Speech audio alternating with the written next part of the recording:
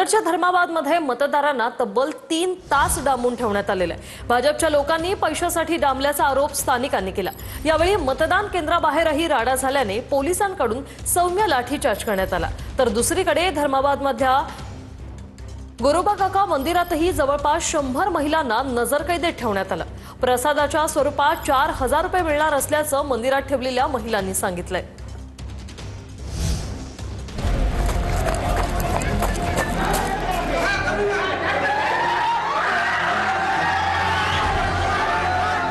नांदेडच्या धर्माबादमध्ये शेकडो मतदारांना एका मंगल कार्यालयात 3 तास डांबून ठेवण्यात आलं। भाजपच्या पदाधिकाऱ्यांनी पैशाचं आमिष दाखवून सकाळीच बोलावून घेतलं होतं असा आरोप मतदारांनी केलाय। मंगल कार्यालयामध्ये मतदारांना डांबून ठेवल्याची माहिती विरोधकांना मिळाली। त्यानंतर काही स्थानिकांनी मंगल कार्यालयाकडे धाव घेतली। त्यानंतर मंगल कार्यालयाचं शटर उघडून मतदारांना बाहेर काढण्यात आलं।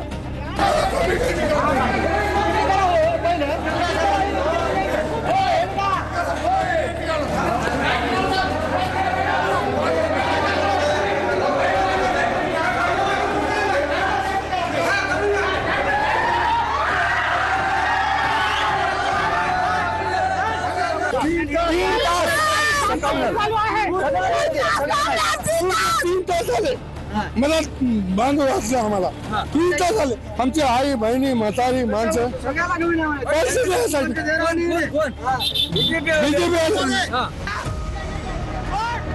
मतदारांना बाहेर काढल्यानंतर मंगल कार्यालयात असलेले राजकीय पक्षाचे पदाधिकारी पळू लागले। काही पदाधिकाऱ्यांनी अक्षरशः भिंतीवरून उड्या मारत पळ काढला।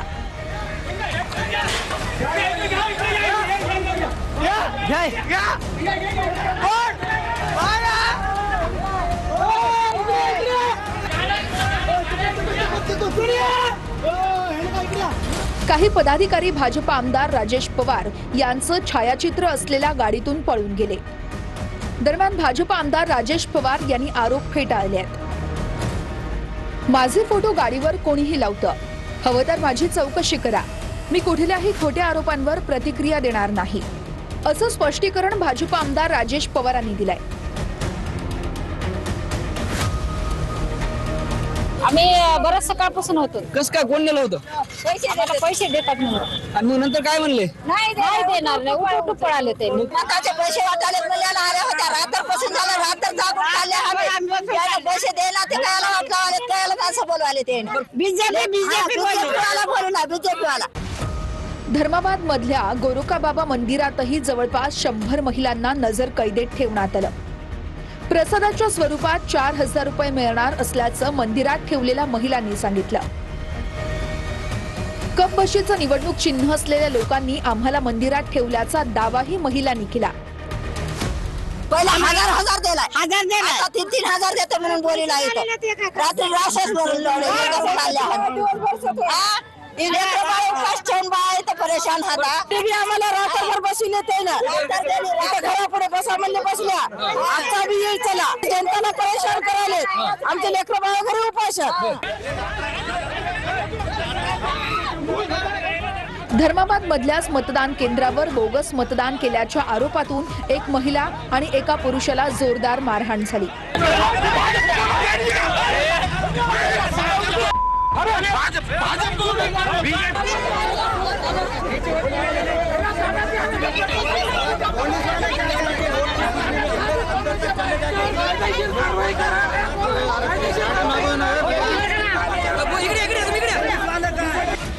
यावेळी पोलिसांनी सौम्य लाठीचार्जही केला। यानंतर मतदान केंद्राबाहेर मोठा जमाव जमला।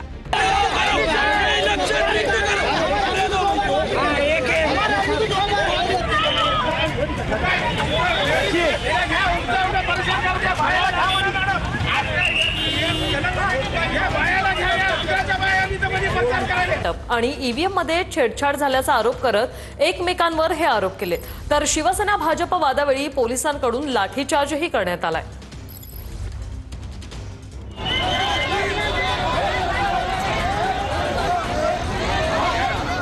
अंबरनाथ नगर परिषदेच्या मतदानावेळेस भाजप आणि शिवसेना कार्यकर्त्यांमध्ये जोरदार वाद झाला। 15 नंबरच्या वॉर्डमध्ये पैसे वाटप असल्याच्या आरोपावरून दोन्ही बाजूचे कार्यकर्ते आमने सामने आले.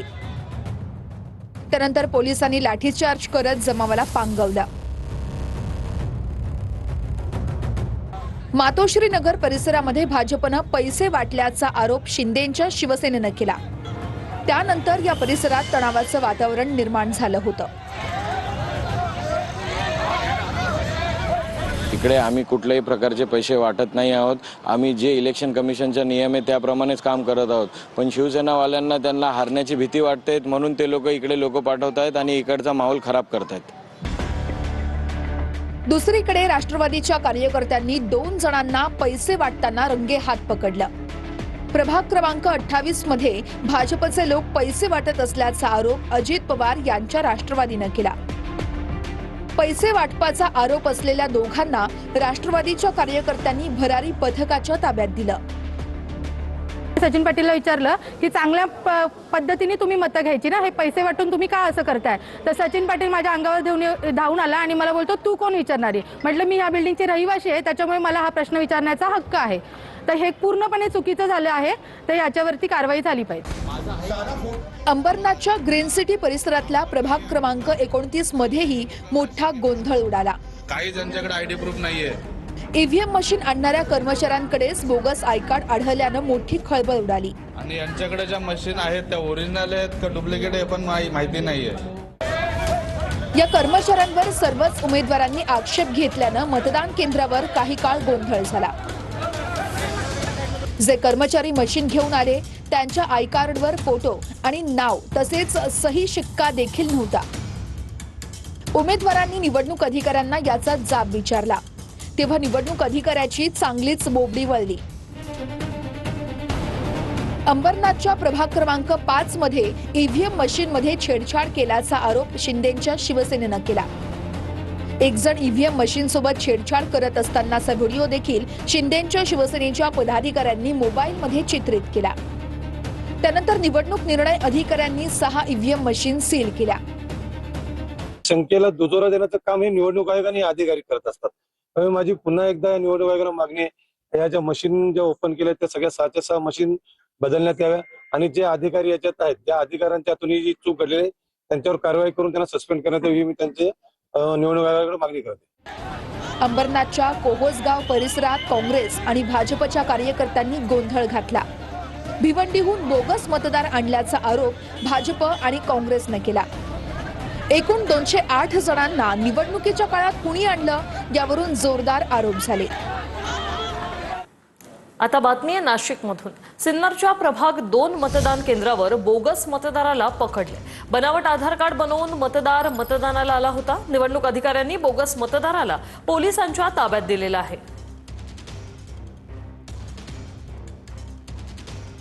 सर, नेमकी काय घटना घडली, आता काय माहिती आपल्याकडे? केंद्राध्यक्ष यांच्याकडून तक्रार प्राप्त झालेली आहे, ती तात्काळ दाखल करून पुढील कारवाई करीत आहोत. त्याला आम्ही ताब्यात घेतलेलं आहे बोगस मतदाराला आणि पुढील त्याच्यावर जी कायदेशीर ती जी फिर्याद देतील केंद्राध्यक्ष त्या पद्धतीने आम्ही दाखल करून कारवाई करीत आहोत.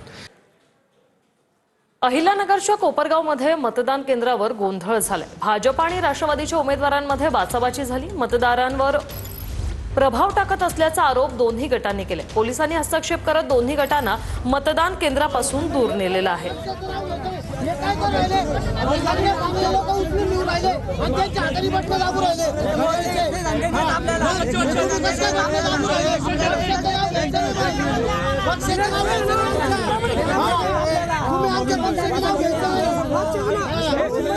असाच प्रकार काही निवारा भागामध्ये डायरेक्ट काही महिलांच्या चिठ्ठ्या ओढण्याचा प्रकार झाला.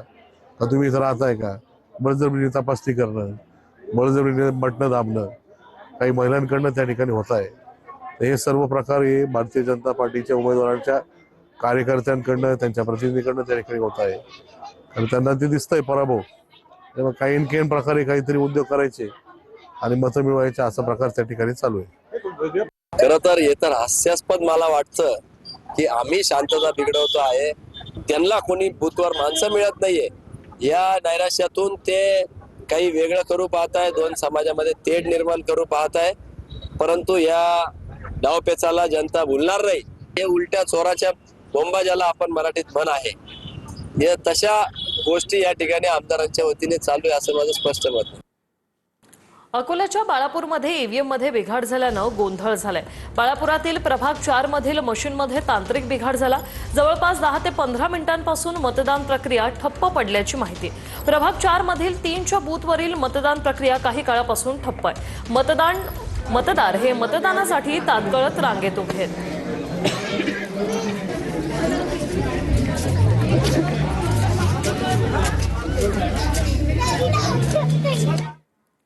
तर अनेक ठिकाणी अजितदादांची एनसीपी स्वतंत्र लढण्याच्या भूमिकेत असल्याची सूत्रांची माहिती.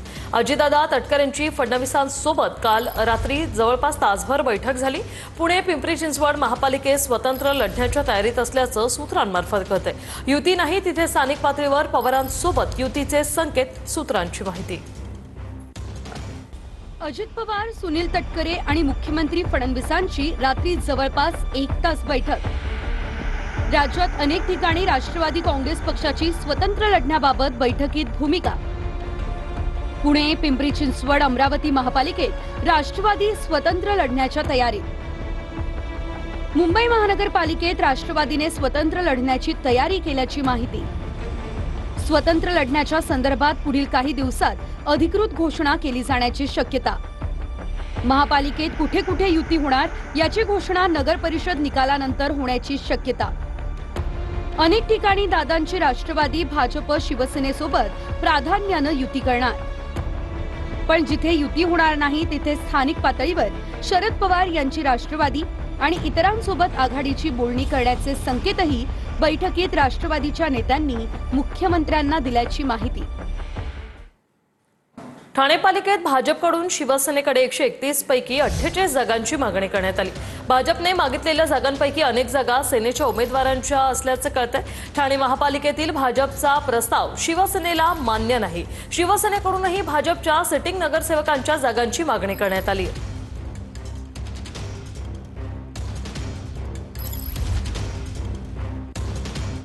तर आशिष शेलार यांनी एकनाथ शिंदे यांची भेट घेतलेली आहे. मीरा रोडमध्ये एकत्र लढवण्यावर दोन्ही नेत्यांमध्ये तब्बल 1 तास चर्चा झाली. मुंबई महापालिकेत निवडणुकीत शिवसेना भाजप महायुती एक दिलाने लढणार आहेत.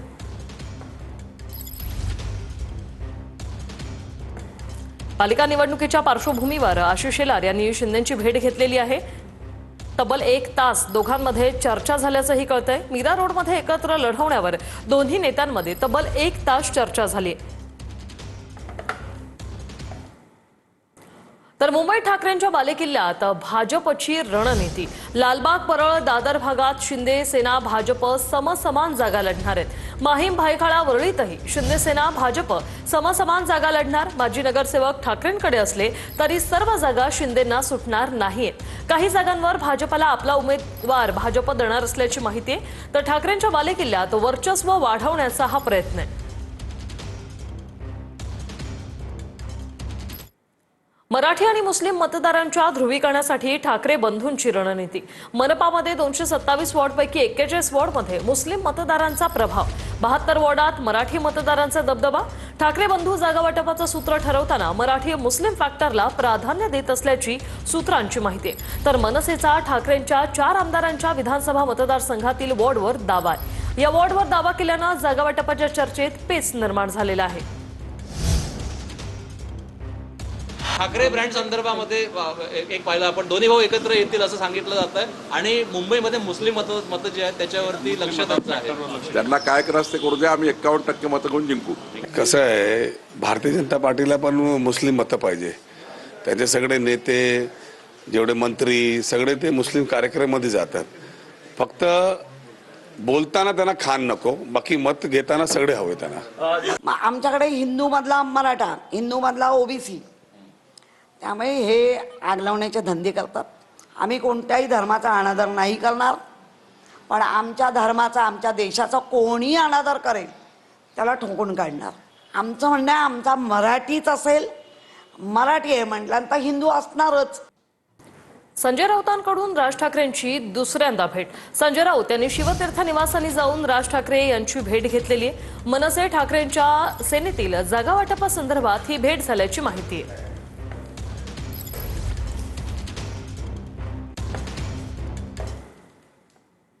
वळूया पुढील बातमीकडे. एप्स्टीन फाईलमधील कागदपत्र केली प्रसिद्ध. अमेरिकेच्या न्याय विभागाकडून 3 लाख कागदपत्र प्रसिद्ध करण्यात आली. अमेरिकेचे माजी राष्ट्राध्यक्ष बिल क्लिंटन, पॉप गायक मायकल जॅक्सन यांच्या फोटोंचा यात समावेश आहे. हॉलिवूड अभिनेता क्रिस टकर, ब्रिटिश राजकुमार अँड्र्यू यांसारख्या प्रमुख व्यक्तींच्या फोटोंचाही समावेश आहे. सर्व कागदपत्र एकाच वेळी जाहीर न केल्यानं अमेरिकेच्या न्याय विभागावर यामुळे टीका होते. अमेरिकेतील दोन्ही प्रमुख राजकीय पक्षांच्या खासदारांनी कायद्याचं योग्य पालन न केल्याचा आरोप आहे. प्रसिद्ध केलेल्या कागदपत्रांचे महत्त्वपूर्ण भाग हे ब्लॅकआउट झाले. जेफ्री एप्स्टीनच्या कपाटात इस्रायली आर्मी म्हणजेच IDFचा स्वेटशर्ट सापडला असल्याचं देखील उघड झालेलं आहे.